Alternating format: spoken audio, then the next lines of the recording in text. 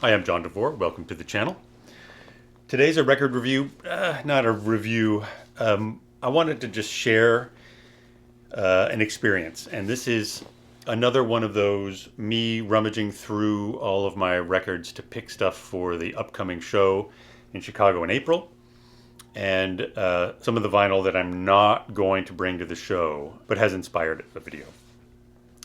So as most of you know, I'm going to be playing 78s at the show. And so I've been going through my 78s, and that is really kind of a joy.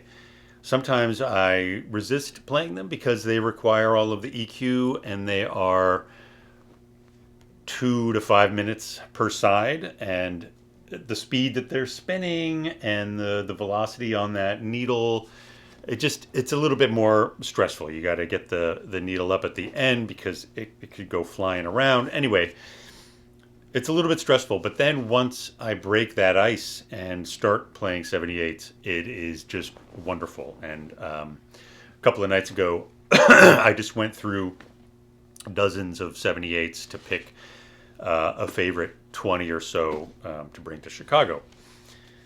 But this is one that didn't make it. So a couple of the 78s that I am bringing to Chicago are very early, 1920s, a few from the 30s, but there's at least one from the 1920s. And this is one that I'm not bringing, also from the 20s. So this is a 78 of Sergei Rachmaninoff playing a Schubert impromptu.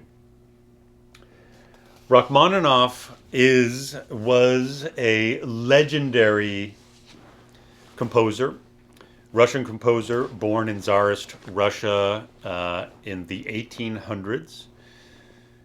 But he was also known as one of the greatest pianists of all time.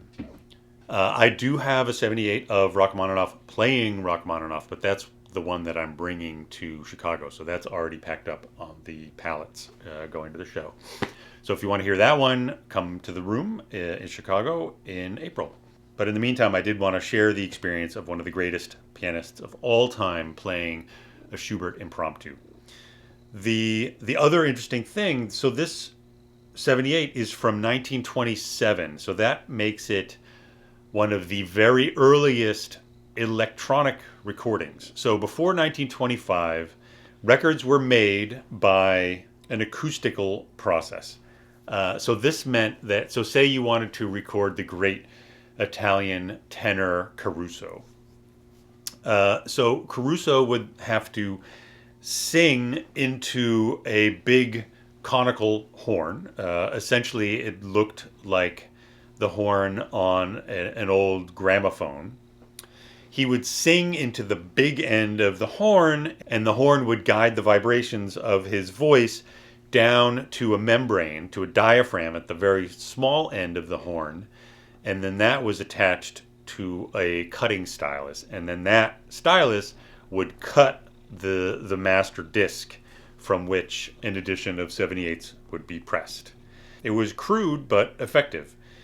The fidelity was not nearly as good as the electronic recordings, which came after 1925. Electronic recordings, that simply means now the artist is singing into a microphone. The microphone goes to an amplifier, which then goes to the cutting lathe. And so you have increased dynamic range, increased frequency response, and significantly more flexibility in terms of what you can record, how, what kind of venues, things like that. So this is a very early electronic recording of one of the greatest pianists of all time playing a beautiful Schubert impromptu. I hope you like it. Thanks for watching, and I'll see you at the next video.